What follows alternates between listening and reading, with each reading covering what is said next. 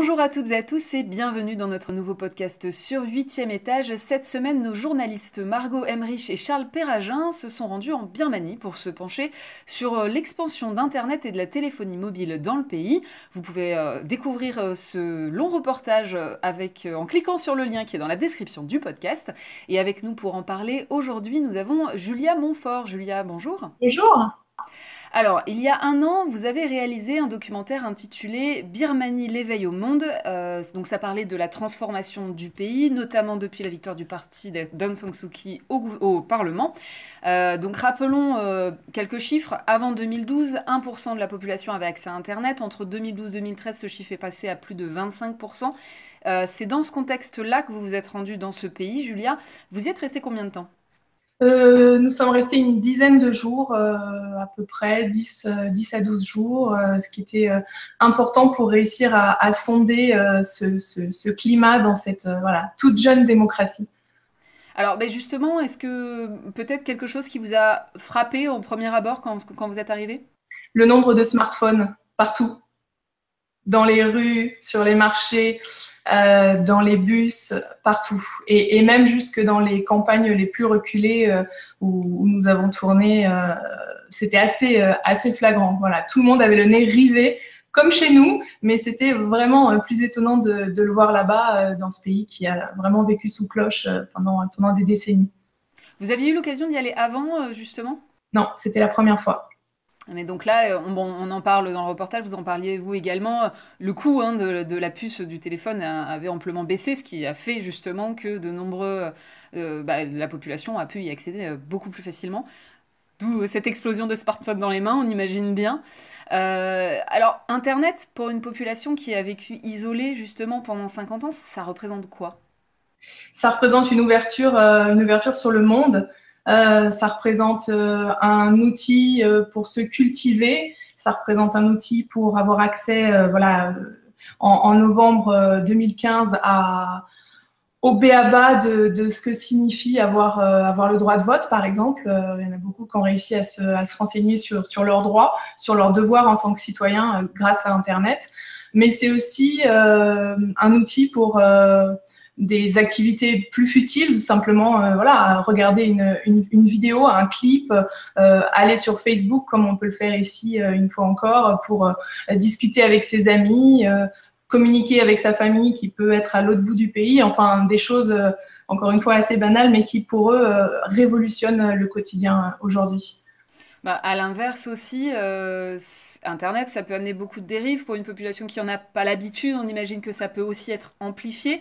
Alors, il y a eu plusieurs aspects à ça. Il y a eu un premier aspect dont vous parlez dans votre reportage, c'est leur apprendre à distinguer les fausses informations des vraies. Il y a une véritable éducation justement qui se fait à ce niveau-là pour prévenir cette amplification des dérives d'Internet. Absolument. Déjà, il faut imaginer que cette population n'avait pas accès à la presse, n'avait pas accès à l'information en tant que telle.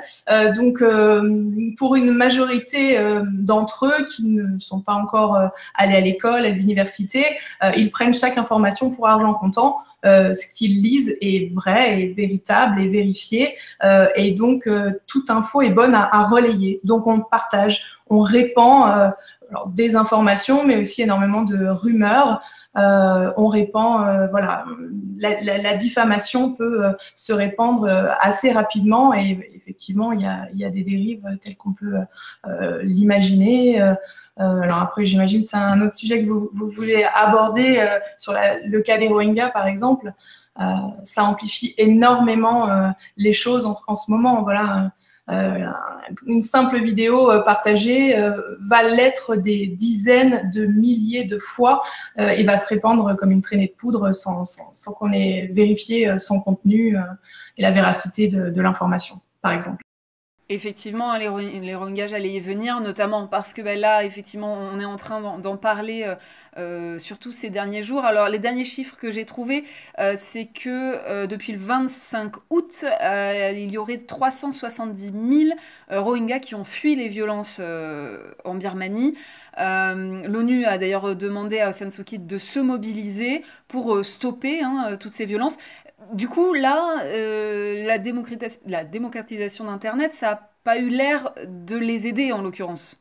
Oui, c'est même un piège. Lorsque l'on ne sait pas manier cet outil puissant, ça peut se retourner effectivement contre ses utilisateurs.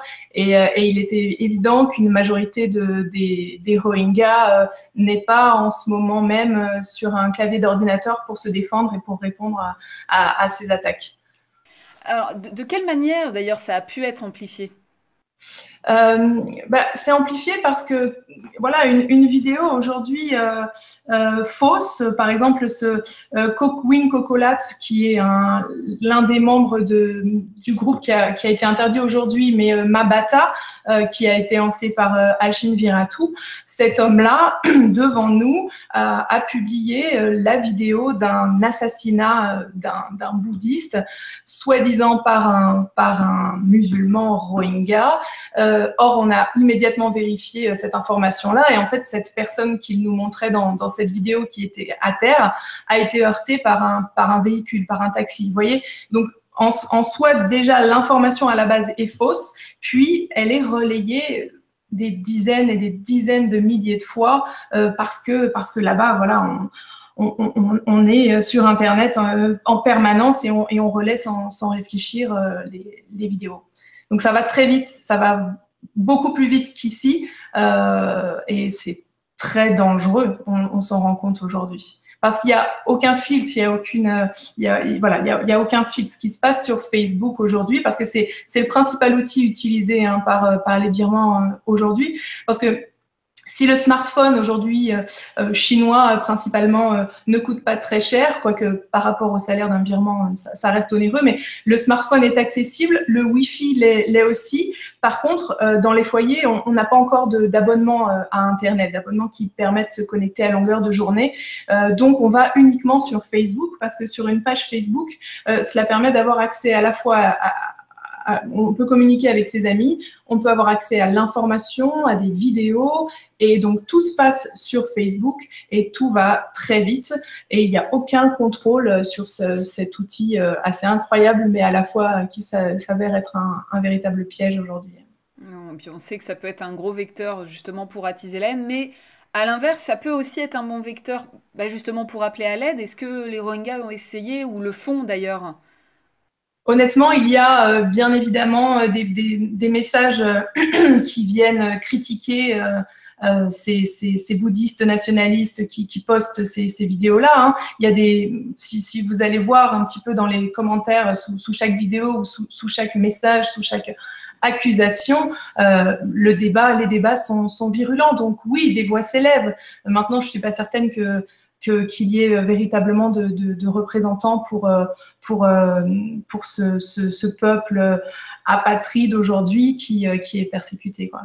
Et puis je crois qu'ils ont autre chose à faire. En tout cas, ils se sont pas organisés pour répondre à ces attaques. Et puis finalement, est-ce que l'on attend d'eux? Est-ce que c'est à eux de se défendre?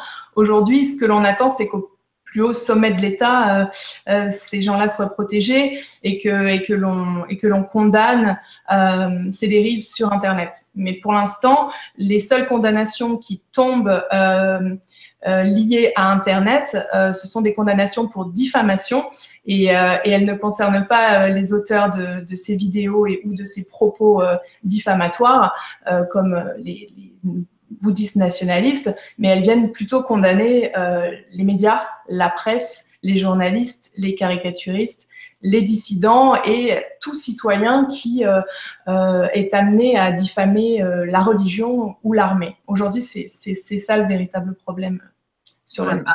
Alors bon, justement, j'allais revenir sur cet aspect-là, finalement une forme de censure qui existe toujours, mais vous avez aussi assisté à une forme d'autocensure de la part de la population. Est-ce que vous pouvez du coup nous réexpliquer un peu ce que vous avez pu voir et puis à quoi c'est dû finalement? Alors je m'y attendais pas. C'est en rencontrant l'un des rédacteurs en chef du journal, du quotidien Irrawaddy, qui est un quotidien qui a longtemps été en exil en Thaïlande, qui est aujourd'hui de retour à Rangoon. Ce rédacteur en chef, Yeni, nous a avoué bénéficier de plus de liberté dans l'exercice de sa fonction, mais il s'auto-censure aujourd'hui. il s'autocensure, c'est-à-dire qu'il y a des sujets sur lesquels il va véritablement faire très attention pour éviter toute sanction de la part d'un gouvernement qui n'est pas débarrassé aujourd'hui de l'emprise de l'armée. D'un gouvernement, mais aussi manifestement de la population, parce qu'ils recevaient même des menaces de la part de citoyens. Donc, même chez les citoyens, finalement, et qu'est-ce qu'on peut se dire? C'est qu'après des années comme ça, à devoir vivre reclus, isolé sous une dictature, on est, entre guillemets, conditionné. Est-ce qu'on peut pas s'émanciper de cette manière de penser? Ça va venir, ça va prendre du temps, mais ça va venir. Effectivement, c'est une population qui vivait complètement enfermée, recluse, et qui découvre ce que signifie la démocratie. Il faut apprendre. Il faut apprendre. Effectivement, ça va prendre du temps. Et au-delà de ça, ces gens-là qui vouaient un culte, une adoration à Aung San Suu Kyi, ils l'appelaient même maman, ces gens-là, ces citoyens ne comprennent pas aujourd'hui que l'on puisse la critiquer, par exemple. Elle est très critiquée en ce moment, son image d'icône est écornée par rapport à cette elle ne prend pas position sur le sort des Rohingyas. La presse la critique à juste titre. La population a du mal à comprendre que l'on puisse écorner l'icône. Donc oui, ça va prendre du temps. Je suis assez optimiste. C'est tout frais encore. Voilà. Les élections ont eu lieu il y a en novembre 2015. Voilà. Et je pense que tant qu'il n'y aura pas de nouvelle constitution en Birmanie, Aung San Suu Kyi n'aura pas les mains libres. Tant que, vous le disiez tout à l'heure, 25% des sièges au Parlement sont encore détenus par l'armée, tant que l'armée occupera des postes clés dans les ministères, dans les administrations, au sein des tribunaux, au sein des prisons, voilà. Tant que l'armée décidera de tout, les choses ne pourront pas évoluer. Il faut leur laisser du temps. Forcément. Je voulais revenir un petit point sur bon, les ethnies, parce que bon, effectivement, la Birmanie, c'est un pays où on en compte plusieurs communautés comme ça. On parlait des Rohingyas dont manifestement l'arrivée d'Internet n'a pas dû, enfin en tout cas aurait amplifié à travers les fausses informations, ces vidéos, aurait amplifié ce conflit. À l'inverse, il y a certaines ethnies qui en profitent pour s'émanciper. Vous parlez dans votre reportage, pardon, des Chines, qui est une communauté chrétienne. Eux, comment ça se passe pour eux alors justement? Alors, ça a été très compliqué parce que c'est une autre ethnie qui n'est pas considérée en Birmanie, hein, des chrétiens, effectivement. Et on s'en est rendu compte en leur rendant visite. Ils sont encore complètement coupés du monde. Alors, voilà, ils commencent à avoir un petit peu accès aux télécommunications, aux moyens de télécommunication, mais l'étudiant que l'on a rencontré lors de notre tournage nous expliquait que quelques années plus tôt, mais je crois que c'était une ou 2 années plus tôt, ils ont été victimes d'inondation si vous voulez, les routes ont été détruites. Dans l'État d'à côté, qui était un État majoritairement peuplé de bouddhistes, les travaux ont été réalisés immédiatement, les travaux de voirie. Et hop, de l'autre côté, donc peuplé de l'ethnie Chin, les travaux sont toujours en attente, rien n'a été fait. Donc ce sont des choses comme ça du quotidien qui montrent quel sort est réservé aux ethnies minoritaires en Birmanie. C'est encore très compliqué et ils ne sont pas encore suffisamment prêts pour se défendre et voilà. Mais là, l'avantage d'Internet, malgré tout, c'est que cela permet d'ouvrir les yeux sur ce qui se passe. Sur ce qui se passe. Voilà, nous sommes allés rencontrer les Chines. Le monde entier a accès aux atrocités, aux assassinats, aux atrocités dont sont victimes les Rohingyas en ce moment. Donc, finalement, là, on voit une véritable utilité d'Internet pour ces minorités. L'étudiant que vous aviez rencontré aussi, lui en profitait pour apprendre l'anglais, je crois. Exactement. Et oui. Une manière De s'ouvrir au monde pour eux également et de s'éduquer, de pouvoir peut-être sortir un jour de cet isolement. Exactement. Parce que Internet, ce village global reste encore en majeure partie en langue anglaise. Donc, il faut parler anglais pour se connecter au monde, mais aussi pour trouver du travail, peut-être dans les pays voisins, pour voilà, s'informer. La culture est encore en majorité en anglais. Ils s'abreuvent énormément de culture américaine. Et pour ça, il faut comprendre, il faut parler les rudiments de l'anglais, effectivement. Ça a pu être une manière de les sortir également de l'isolement, bon, comme finalement tout le reste du pays, mais qui peut apporter autre chose pour eux. Vous le disiez tout à l'heure, sur le fait qu'effectivement, ça va prendre du temps pour que voilà, le pays s'ouvre, qu'il puisse y avoir vraiment cette vraie transition démocratique. Est-ce que vous pensez que le développement d'Internet, de la téléphonie mobile, ça a pu donner une impulsion à cette transition démocratique? Absolument, tout simplement parce que les citoyens ont pu être informés. Voilà, c'est indispensable pour pouvoir jouir de ses droits de citoyen, connaître ses droits, ses devoirs, pouvoir communiquer, apprendre, échanger. En cela, Internet, c'est un outil formidable et qui a été porteur de cette démocratie naissante. Ah oui, oui, absolument. Mais tout à coup, ils se sont rendus compte que, voilà, dans les pays voisins ou à l'autre bout du monde, on était libre, on avait le droit de s'informer, de lire la presse, d'échanger, de regarder des vidéos. Enfin, ils sont vraiment passés de rien à tout en une poignée d'années. Et ça, c'est incroyable. Ouais, donc c'est quelque chose c'est difficile aussi à gérer d'avoir autant quelque part d'informations d'un coup, mais qui dans le cas de la Birmanie peut mettre sur la bonne voie. Après, ça donne aussi une visibilité à l'inverse. En plus de eux à leur donner une fenêtre vers le monde, ça donne au monde une visibilité. On le voit en ce moment. Ouais, on le voit en ce moment. Exactement.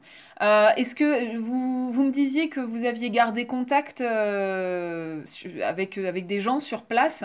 Qu'est-ce que vous pouvez nous dire, par exemple, par rapport à vous quand vous y étiez depuis votre reportage, qu'est-ce qui a pu évoluer, changer encore? La semaine dernière, mercredi dernier, Win Kokolat, donc qui était ce bouddhiste nationaliste qui prenait beaucoup de plaisir à nous montrer ses vidéos de Rohingyas démembrés, égorgés. Voilà, on a passé une journée un petit peu particulière à ses côtés.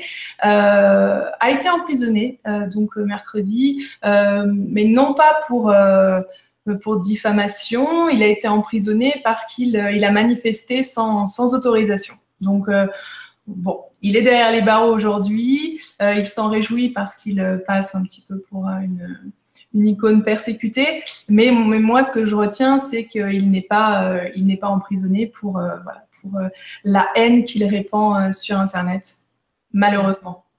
En tout cas, vous le disiez, vous avez quand même bon espoir que ça continue d'évoluer dans le bon sens pour ce pays. Absolument. Oui, oui, absolument. Et puis, il y a Tazine, qui est la chanteuse hip-hop avec qui on a passé pas mal de temps, qui continue, alors qui s'inspire beaucoup toujours du hip-hop américain et qui continue de réaliser des vidéos, des clips qu'elle diffuse sur Internet. Et elle espère, grâce à ça, voilà, commencer à se faire un nom. Alors, justement, oui, avec ce groupe de hip-hop, on a l'occasion dans le reportage de voir aussi sa famille, hein, on imagine que l'arrivée d'Internet, ça a pas dû être, enfin, ça a dû être encore moins évident pour cette génération de parents de personnes un peu plus âgées. Comment ils le percevaient, vous, quand vous y étiez? Bah, alors, c'est vraiment une famille qui est entre la tradition et la modernité, à cheval entre les deux. On le voyait vraiment avec Tazine qui était connectée dans sa chambre sur son téléphone à longueur de journée. Et puis, ses parents qui sont restés, voilà, encore bien marquée et traumatisée par ces années de dictature. Mais il y a beaucoup de compréhension, en tout cas au sein de cette famille-là, il y a beaucoup de compréhension et ils accompagnent, ils comprennent que leur fille ait envie d'autre chose. Maintenant, ça va vite, ça va très vite et ils se sentent parfois un petit peu perdus, mais ils gardent cet œil bienveillant et finalement, les seules choses voilà, qui ennuyait un petit peu, par exemple, la mère de Tazine, c'était le nombre de tatouages de sa fille. Elle adore ça et elle en a partout. Donc voilà, à chaque tatouage, la maman râle un petit peu, mais c'est tout. Ils ont conscience que cette génération a une soif de liberté et se plonge à corps perdu dans le virtuel et ils sont très tolérants. Ouais. Vous avez, en dehors de cette famille, lors de votre séjour, vous avez pas jamais rencontré de personnes vraiment réfractaires finalement à ce changement-là? Non, je crois que même au fond des campagnes, c'est assez impressionnant d'ailleurs, mais les paysans font des pieds et des mains et sacrifient des repas pour avoir un téléphone, pour avoir accès à Internet, pour avoir accès à cette modernité-là. Il doit y avoir bien sûr des virements réfractaires, mais en tout cas, on les a pas rencontrés lors de ce tournage. Il y a globalement une soif de liberté, vous le disiez. Est-ce que vous pensez y retourner pour un reportage ou même pour vous voir un peu ce qui Ouais, évolue? j'aimerais beaucoup. J'aimerais beaucoup. Ouais, ouais, absolument. J'ai très envie. Lorsque les choses se calmeront peut-être un petit peu, parce qu'on a voilà, un autre projet de documentaire, j'espère y retourner. Ouais, ouais, tout à fait. Bon, bah, en tout cas, on suivra tout ça de très près. Merci beaucoup en tout cas, Julia, d'avoir participé à ce podcast. Merci pour votre intérêt. Et donc, bah, du coup, je vous dis à tous nos autres internautes, vous pouvez consulter, bon, déjà retrouver hein, sur Internet le reportage, donc Birmanie, l'éveil au monde de Julia Montfort. Également, donc, notre grand reportage sur 8e étage en cliquant sur le lien dans la description du podcast. Et puis, bah, je vous dis donc à la semaine prochaine pour un nouveau podcast sur 8e étage.